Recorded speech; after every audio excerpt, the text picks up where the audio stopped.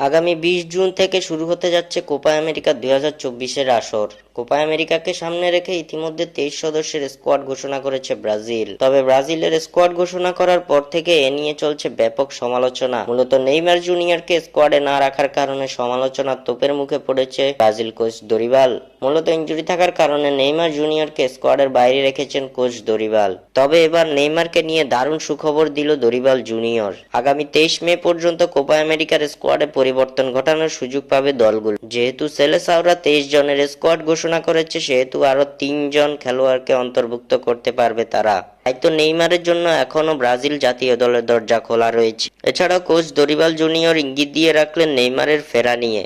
নেইমারকে এখনো দলে অন্তর্ভুক্ত করার ব্যাপারে আশা দেখছেন ব্রাজিলের এই কোচ। কোপা আমেরিকার স্কোয়াডে নেইমারকে অন্তর্ভুক্ত করার ব্যাপারে দরিবাল জুনিয়র বলেন, আমাদের নায়কের প্রয়োজন এবং একজন নায়ক নয়, দায়িত্বের বিভাজন আমাদের দলে শক্তি বাড়াবে। সৃষ্টিকর্তা চাইলে নেইমারের মতো খেলোয়াড়ের খেলার কিছুটা হলেও সম্ভাবনা আছে। এভাবেই নেইমার জুনিয়রের ফেরা নিয়ে ইঙ্গিত দিয়ে রাখলেন ব্রাজিল কোচ দরিবাল, যা ব্রাজিল ভক্তদের জন্য একটি দারুণ সুখবর।